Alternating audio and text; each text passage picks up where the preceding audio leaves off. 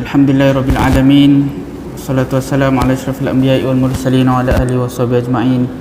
Subhanaka la ilma lana illa ma 'allamtana innaka antal alimul hakim. Bishrah li sadri wa yassir li amri wahlul 'uqdatam min lisani yafqahu qawli. Allahumma hdina wahdi bina wahdi nas jami'a waj'alna sababan liman ihtada. Allahumma ati anfusana taqwaha wa zakkiha anta khairu man zakkaha anta waliyyu maulaha. Alhamdulillah. Pertama dan selamanya, marilah sama-sama kita memanjatkan setinggi-tinggi syukur kepada Allah Subhanahu Wa Taala. Selawat dan salam ke atas junjungan besar Nabi Muhammad sallallahu alaihi wasallam.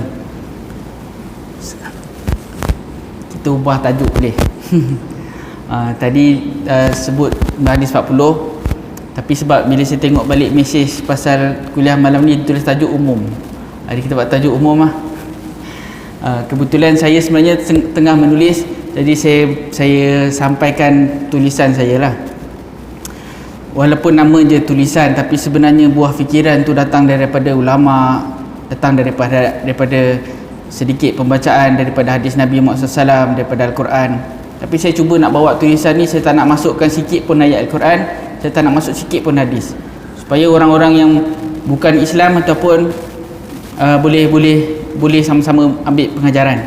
Hakikatnya semua kebaikan itu datang daripada Allah, dan tak ada kebaikan tanpa Allah. Tak ada. Kalau kita nak hidup, kita hidup yang baik, kita kena hidup dengan kehidupan yang Allah Ta'ala tentukan, kan? Allah Ta'ala tentukan kehidupan ni sebenarnya mudah je tuan-tuan. Allah Ta'ala yang ciptakan kehidupan ni. Jadi kalau kita nakkan bahagia, kalau kita nakkan berjaya, kalau kita nakkan apa saja, mestilah ikut apa yang Allah Ta'ala tentukan. Allah Ta'ala sebut dalam surah Al-Kahfi, fa'atba'a sababa. Zulqarnain, kan, yang berjalan daripada timur ke barat. Lelaki yang berjalan dari timur ke barat namanya Zulqarnain. Kenapa dia berjalan dari timur ke barat? Maksudnya daripada timur ke barat wilayah dia, sampai dia mentadbir bumi yang dia cakap orang tak faham, orang cakap dia pun tak faham. Cuba bayang. Perdana Menteri Malaysia, tuan-tuan faham tak cakap dia? Semua Perdana Menteri alhamdulillah kita faham cakapnya. Dan Perdana Menteri faham tak apa kita cakap? InsyaAllah faham. Tapi Iskandar Zulkarnain ni, ataupun yang disebut sebagai Zulqarnain dalam Al-Quran, Zulqarnain, Iskandar tu ditambahkan.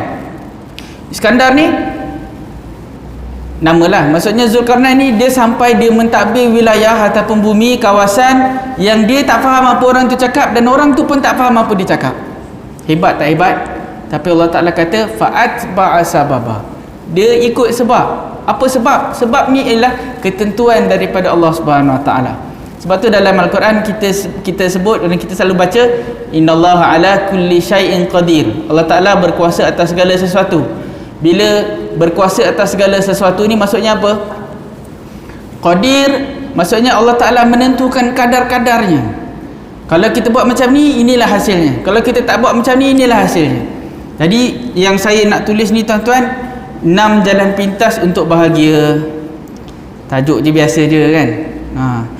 Sebab sekarang ni kita sekarang tuan-tuan, alhamdulillah orang-orang yang bahagia, nampak muka ceria, muka ada nur, semua masing-masing muka ada nur. Ni muka-muka ahli syurga ni depan saya ni, insya-Allah. Tapi mungkin kalau ada baik daripada penyampaian ni, mungkin untuk kita ingat di masa hadapan, bila kita dapat masalah dan sebagainya. Juga peringatan kepada saya terutamanya, kita berhadapan dengan suasana yang kritikal, walaupun ialah Covid ni kan, kita pun tak tahu bila akan sudahnya, bila nak selesai Covid ni kita tak tahu, bila kita boleh rapatkan balik saf kita tak tahu, walaupun dah semua dah second dose pun tak boleh rapat lagi kan. Tapi apa pun tuan-tuan, 6 jalan pintas untuk bahagia. Yang pertamanya tuan-tuan, bahagia ni dia tak macam kaya, dia tak macam jawatan, pangkat, dia tak macam apa-apa bentuk perolehan, tak. Bahagia ni datang dalam bentuk perasaan. Tak semua orang boleh kaya, tak semua orang boleh jadi Perdana Menteri, tak semua orang dilahirkan handsome. Masya-Allah, tuan-tuan semua handsome kan. Rupa kita tak boleh dapat, kaya kita tak boleh dapat, pangkat kita tak boleh dapat. Bahkan pandai ni ialah pandai maksudnya belajar terus dapat. Pandai ni pun susah untuk semua dapat. Biasanya pandai ataupun nombor 1 dalam kelas tu ada seorang je. Top 10 dalam sekolah pun ada 10 orang je. Tak semua orang boleh dapat nombor 1 dalam pelajaran, tak semua orang boleh dapat nombor 1 dalam apa-apa keadaan, tapi semua orang boleh dapat bahagia. Semua orang boleh dapat bahagia. Kerana apa? Kerana bahagia itu ada pada jiwa. Dan bahagia ni sebenarnya tuan-tuan dekat dengan diri kita semuanya. Kita berhak untuk hidup bahagia, bahkan kita perlu hidup bahagia. Kita berhak untuk hidup bahagia dan kita perlu hidup bahagia. Sebab kebahagiaan tu pada ketenangan, kebahagiaan tu pada keselamatan, keselesaan. Apa yang kita rasa, apa yang kita rasa. Sebab itulah orang bijak pandai dia kata, pujian dan cacian tu hanya getaran udara. Pujian dan cacian tu hanya getaran udara. Bila kita biarkan dihinggap kat dalam hati, kita sengsara. Bila orang puji kita, kita biarkan pujian tu hinggap dalam hati kita, sengsara kita. Ataupun bila orang maki, kita biarkan maki tu hinggap dalam hati kita, kita sengsara.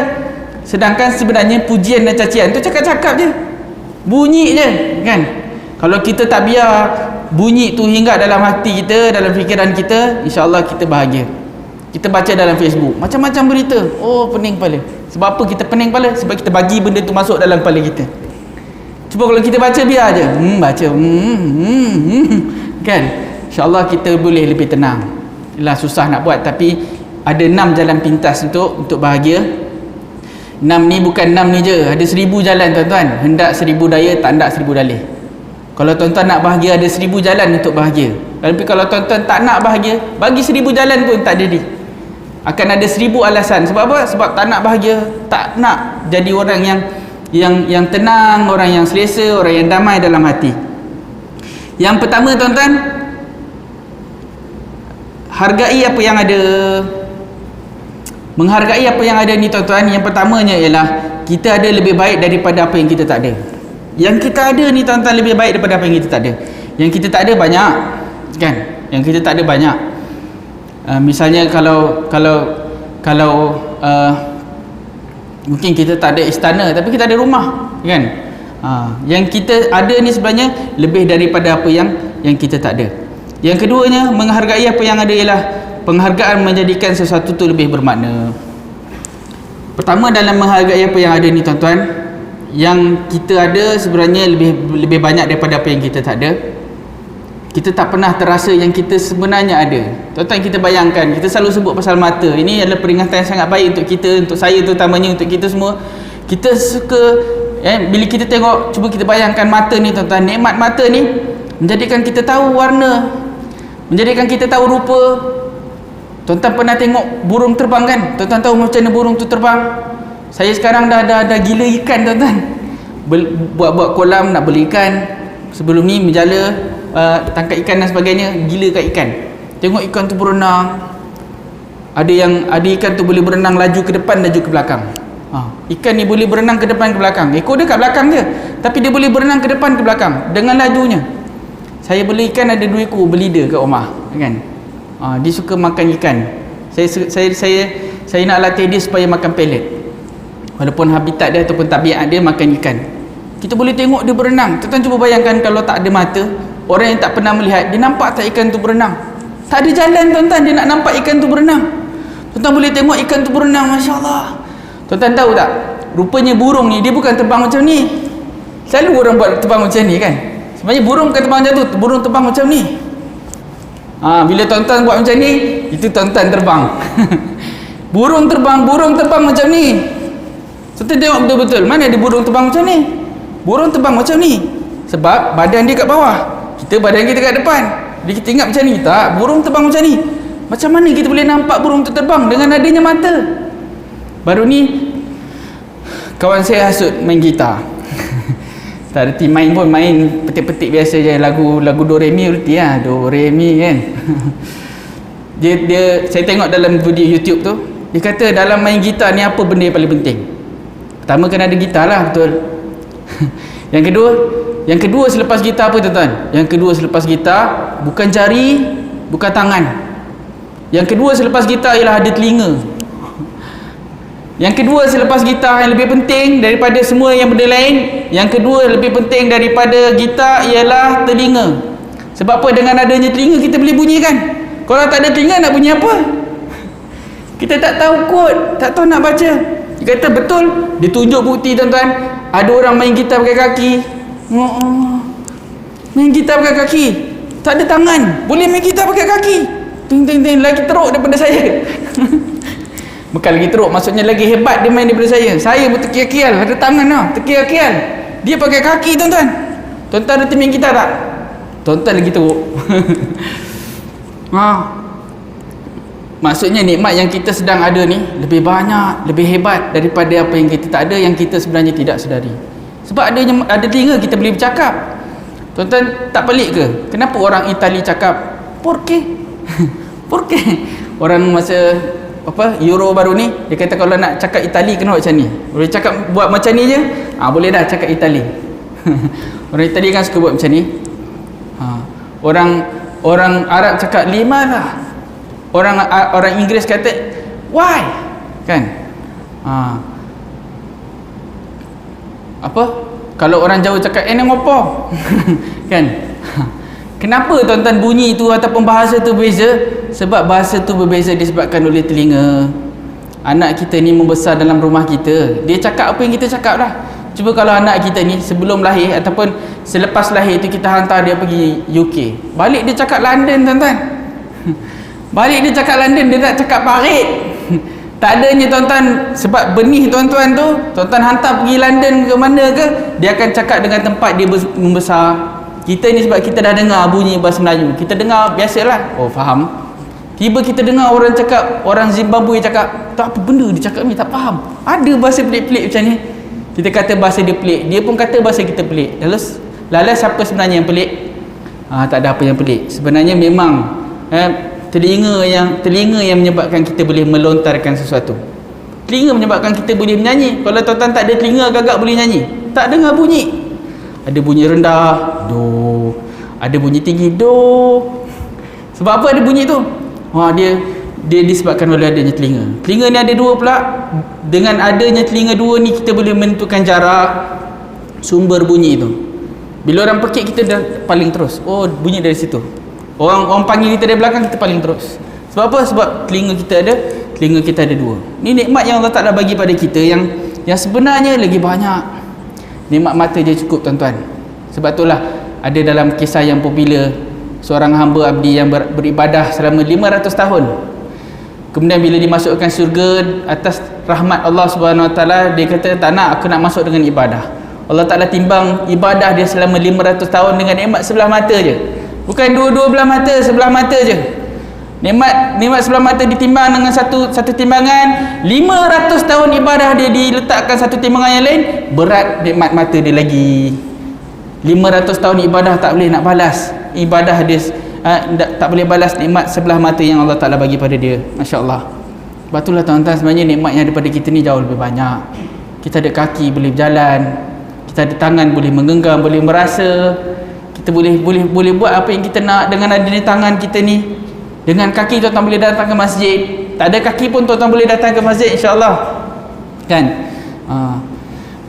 Itu yang pertama, dalam menghargai apa yang ada. Yang kedua, penghargaan menjadikan sesuatu lebih bermakna. Tadi bila kita dengar orang cakap pasal mata, orang cakap pasal telinga, orang cakap pasal hidung, tuan-tuan, nikmatnya ada hidung ni. Rupanya kita bernafas bukan pakai hidung, kita bernafas pakai apa? Kita sebenarnya bernafas pakai paru-paru. Hidung ni lubang udara je.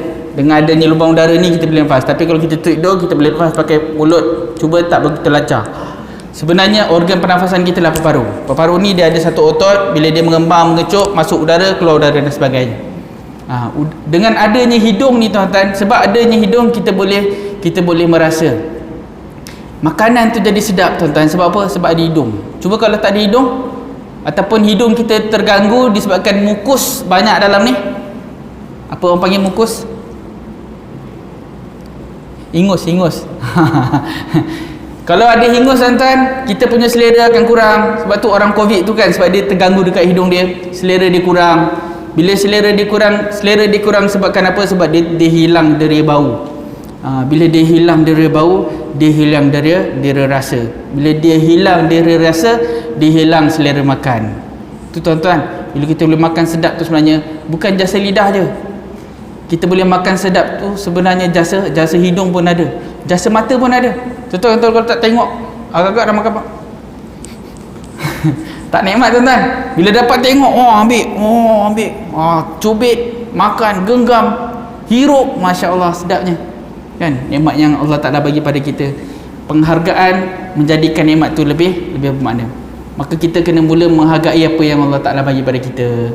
Mula menghargai. Kalau kita nak bahagia tuan-tuan, kita hargai apa yang Allah Taala bagi pada kita. Yang sebenarnya yang Allah Taala bagi tu kadang-kadang kita tak minta dan kita tak pernah bayangkan pun Allah Taala bagi. Kita tak pernah bayang pun tuan-tuan. Tuan-tuan pernah bayang ke tuan-tuan hidup sampai 60 tahun, 70 tahun ni? Dah veteran dah. Dah 70 tahun. Dulu 15 tahun, 10 tahun kecil lagi. Tu kata kantin jalan. Dulu nakal kecil-kecil kan. Tak terbayang dah kahwin, dah ada anak, dah ada cucu. Masya-Allah hidup lama.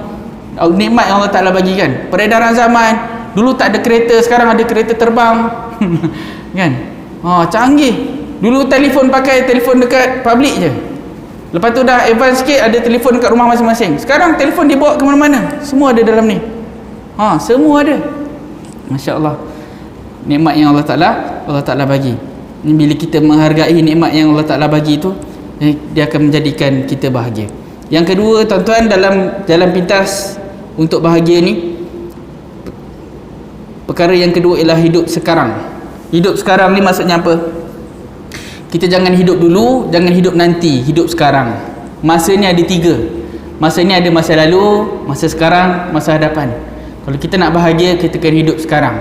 Kita jangan hidup masa lalu. Ada orang dia tenggelam ataupun terperangkap dalam masa lalu dia, ataupun terperangkap juga dalam masa depan dia. Dia tak tahu masa depan, jadi berkira-kira dengan masa depan. Ataupun terperangkap, menghayati, menyesali, menghargai masa lalu. Terlalu menghargai masa lalu pun susah juga. Terlalu menyesali masa lalu pun susah juga. Terlalu memikir tentang masa depan pun susah juga. Fikir-fikir masa depan tu, bila nak buka betul-betul masjid, bila nak buka betul-betul masjid. Masjid tak datang juga, kan? Bila nak sah rapatnya, kan? Terlalu berkira-kira tentang masa depan. Sedangkan sebenarnya yang kita perlu hargai ataupun kita perlu ambil manfaat, ambil peluang ialah masa sekarang. Sekarang ni kita ada masa. Yang lalu dah tak boleh dah, kita tak boleh nak patah balik. Dan yang masa depan pun kita tak tahu apa yang akan berlaku. Tuan-tuan tahu ke apa yang akan berlaku? Tuan-tuan pun tak pernah terbayang dah kahwin, ada anak, tak pernah terbayang. Tu ada adik yang kat belakang yang belum kahwin, pun tak tahu lagi boleh kahwin, siapa dia nak kahwin pun tak tahu lagi. Kan? Tuan-tuan ada anak, bila nak kahwinkan anak, bila nak timbang cucu, tak tahu. Cucu ni sempat ke besar ni, Covid ni macam-macam ni, dah lama tak jumpa dan sebagainya. Masya-Allah. Banyak perkara-perkara yang kita fikir dan kita bimbangkan tentang masa depan. Tak salah untuk kita berhati-hati ataupun menyediakan perancangan. Tapi sekarang ni tuan-tuan, sekarang ni, this is the right moment. Orang putih kata now is present, kan? Dalam Kung Fu Panda yang kedua ke ketiga, saya tak ingat lah. Tapi dia punya tok guru, dia pesan kepada Po tu yang panda tu lah. Dia kata dulu tak tahu, dulu dah lepas, kemudian kita tak tahu. Sekarang yang kita sekarang adalah masa yang kita ada. Sebab tu masa sekarang dipanggil present. Present dalam bahasa Inggeris bermaksud hadiah. Sebab tu orang kata sekarang ni, masa sekarang ni adalah anugerah. Ni sekarang yang kita ada masa ni adalah anugerah daripada Allah. Sekarang yang kita ada masa ni, sekarang yang kita sedang berkelip, berdenyut nadi kita ni, sekarang ni masa yang kita ada ni adalah anugerah. Kita gunakan masa yang ada ni untuk apa? Untuk bahagia dalam hidup. Sekarang yang kita ada ni, sekarang the moment, peluang yang kita ada sekarang ni kita gunakan untuk bahagia dalam hidup. Minta ampun sungguh-sungguh pada Allah Subhanahu Wa Taala. Minta ampun ni sebenarnya tuan-tuan, saya tak masuklah dalam ni.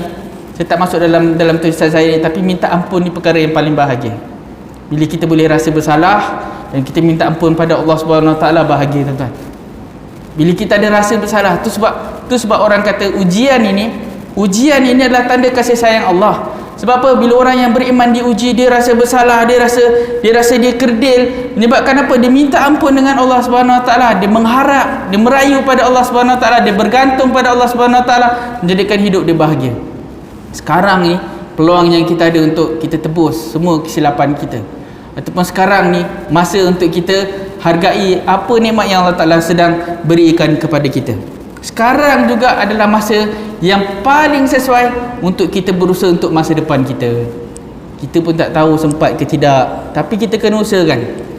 Sebab itulah dalam menghargai apa yang ada, bukan bermaksud kita berpuas hati, tapi menggunakan kesempatan sebaik mungkin. Orang yang beriman, dia berjaya dunia dalam genggaman dia. Dunia dalam genggaman dia. Yang ketiga, jalan pintas untuk bahagia ialah memberi. Semakin banyak kita bagi, semakin banyak kita terima. Semakin banyak kita memberi, semakin banyak kita terima. Sebenarnya hidup ni akan bertambah bila kita banyak memberi ataupun meluangkan, membelanjakan sesuatu. Banyak kita berbelanja, banyaklah kita dapat, tuan-tuan. Sikit kita berbelanja, sikitlah kita dapat. What orang putih kata, what you give you get back, kan? What you give you get back. The more you give, the more you get. Lebih banyak kita bagi, lebih banyak kita dapat. Beri, tuan-tuan, yang pertama, beri apa yang orang nak. Yang kedua, beri apa yang kita suka. Kalau kita suka orang bagi pada kita sesuatu, maka kita bagilah sesuatu tu pada orang. Apa yang kita nak pada diri kita, tu yang kita bagi pada orang. Sebab tu dalam hadis Nabi sebut, la yu'minu ahadukum hatta yuhibba li akhi ma yuhibbu li nafsih. Tidak beriman seseorang kamu sehingga kamu menyukai apa yang kamu suka pada diri kamu, apa yang kamu berikan kepada orang lain. Maksudnya kalau saya suka orang bagi saya air, saya akan bagi orang air supaya saya dapat air.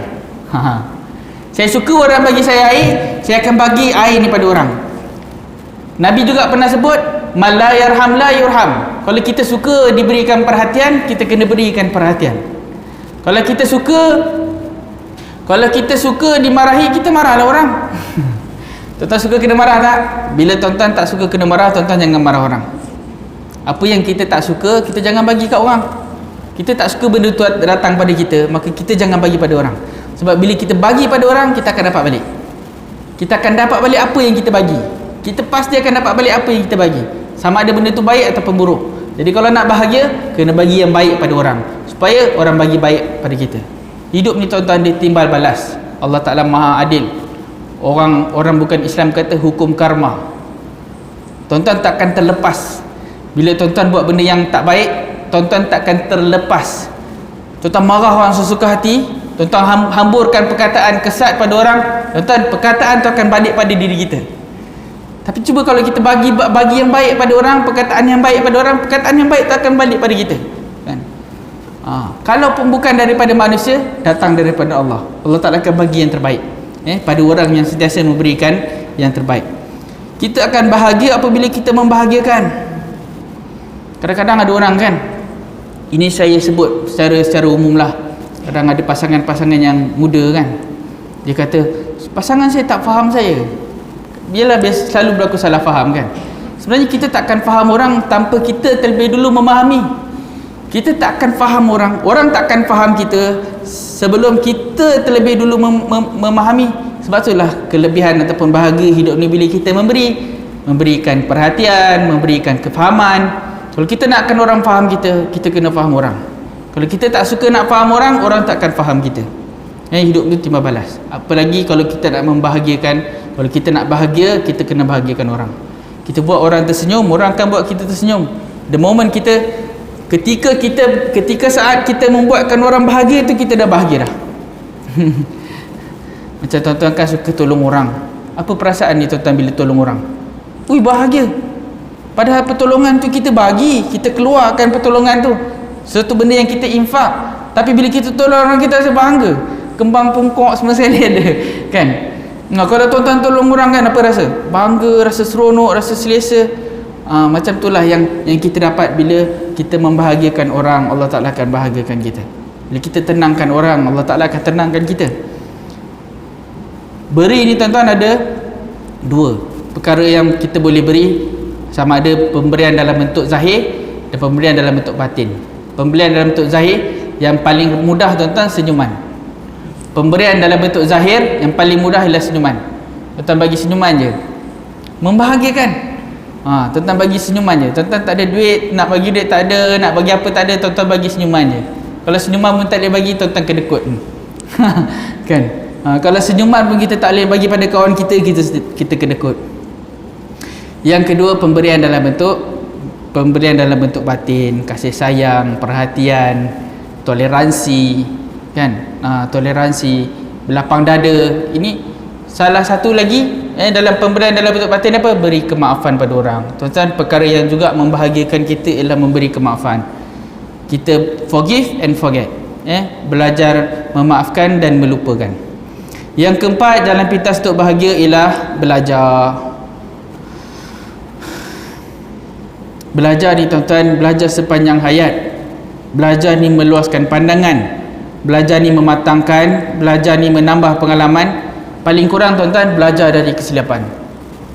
Paling kurang ialah belajar dari kesilapan. Kenapa hidup kita macam ni? Belajar tuan-tuan untuk betulkan hidup kita yang sekarang. Kalau kita sedang tak puas hati dengan hidup kita sekarang, belajar untuk memuaskan kehidupan kita yang sekarang ni.